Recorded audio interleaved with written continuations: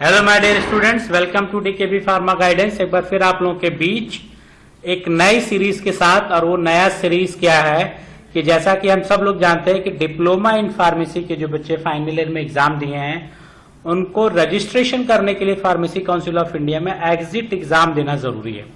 जो exit exam का notification आ चुका है कि इसका एग्जाम 5 से 6 अक्टूबर में कराया जाएगा। उसी से रिलेटेड अब मैं डेली आपको 15 से 20 क्वेश्चन का आपको सेट दूंगा, उसको बताऊंगा भी। और इसी तरह से आपको रेगुलर आपको एग्जिट से रिलेटेड एमसीक्यूज चैप्टर वाइज मिलता रहेगा, जिससे आपकी तैयारी में आसानी होगा। तो आज इस शुभारंभ में एग्जिट एग्जाम मिशन 2024 में फार्मास्यूटिक्स से रिलेटेड कुछ क्वेश्चंस को लेके आएंगे, हिस्ट्री ऑफ फार्मेसी का। तो इसमें अब सीरीज में शुरू करने से देखें पहला क्वेश्चन क्या है। तो इसमें पहला क्वेश्चन है, who is the father of pharmacy.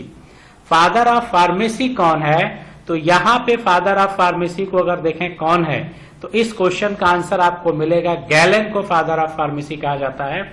Next question है कि which Asian civilization is credited with creating the earliest known list of the medicinal substance।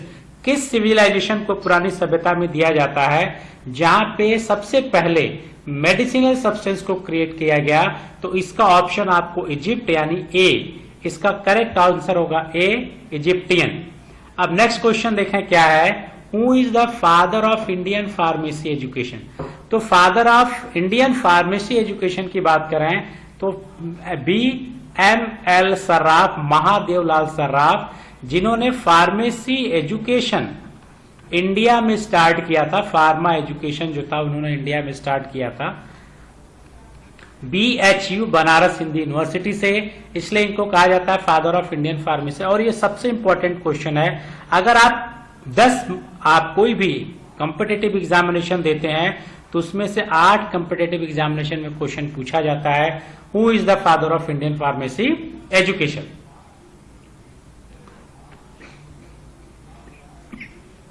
तो इसका आंसर हो गया बी। नेक्स्ट क्वेश्चन देखें, who wrote D materia Medica 5 volume encyclopedia about herbal medicine and related substance, इसको कौन लिखा? तो D materia Medica अगर आप देखें तो जिसमें हर्बल मेडिसिन के बारे में दिया गया है और इसको लिखा सी, इसका ऑप्शन होगा डायस्पोराइड्स।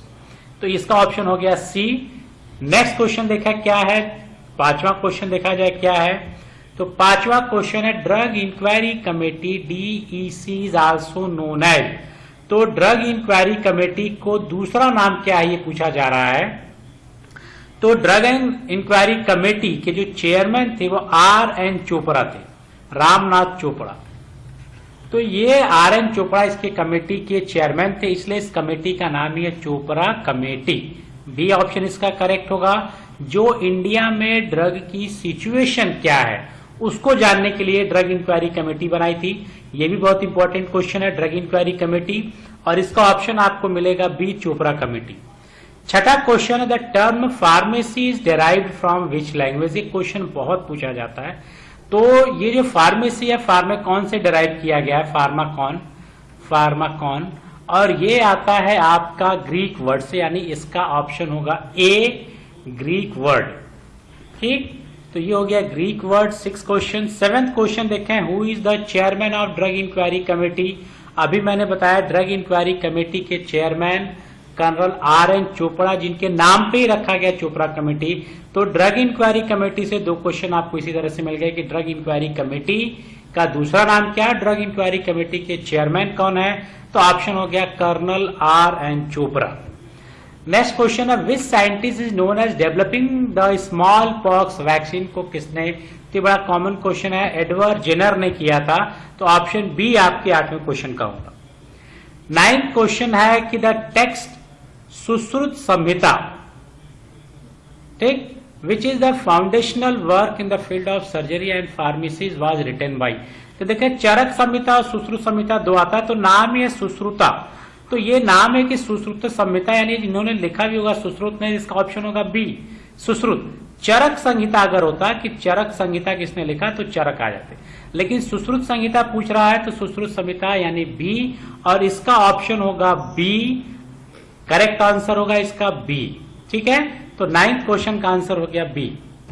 10वां क्वेश्चन देखा जाए, who was the first Indian pharmacist to awarded the title of the fellow of Royal Society chemistry FRSC। और ये भी अगर कहा जाए फर्स्ट इंडियन फार्मेसी जिनको ये टाइटल दिया गया तो प्रोफेसर ML सर्राफ, महादेवलाल सर्राफ, जिनको फार्मेसी एजुकेशन ऑफ इंडिया भी कहा जा रहा है। तो यहाँ पे fellowship the royal society of chemistry, यानी इसका आंसर होगा ए। अब 11th question, the pharmacy act in India which regulates the profession of pharmacy was enacted in. तो फार्मेसी एक्ट कब आया? 1948, इसका आंसर होगा 1948।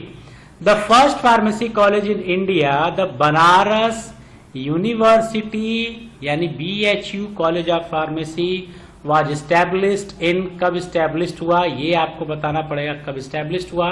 तो बी ऑप्शन है 1932। अब the first Indian pharmacopoeia was published in. तो पहली फार्माकोपिया कब पब्लिश्ड हुई? तो 1955 में पहला। और टोटल एडिशंस आपको याद होना चाहिए कि पहला कब हुआ, दूसरा कब हुआ, तीसरा कब हुआ।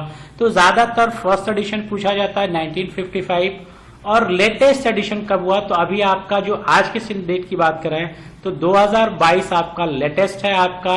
तो पहला 1955 आपको याद होना चाहिए और लेटेस्ट 1922।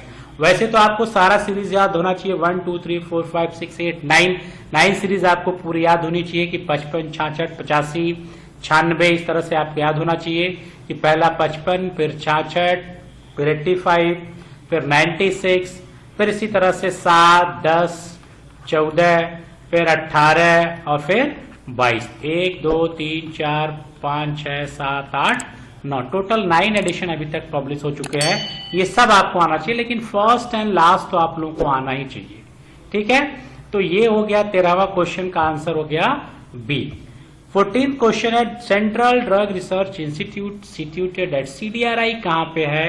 तो CDRI आपका लखनऊ में मिलेगा, इसका ऑप्शन आपको लखनऊ होगा। तो 14 का ऑप्शन हो गया लखनऊ, ऑप्शन बी। ठीक है, अब 15th question, first chemist shop was open in India. पहला जो केमिस्ट शॉप इंडिया में ओपन हुआ था वो 1811 और अभी कोलकाता में हुआ था। कलकत्ता में सबसे पहला केमिस्ट शॉप ओपन हुआ था 1811 में। तो इसका ऑप्शन आपको हो जाएगा बी। तो ये आपका सीरीज हो गया पूरा और आपका ऑप्शन बी हो गया।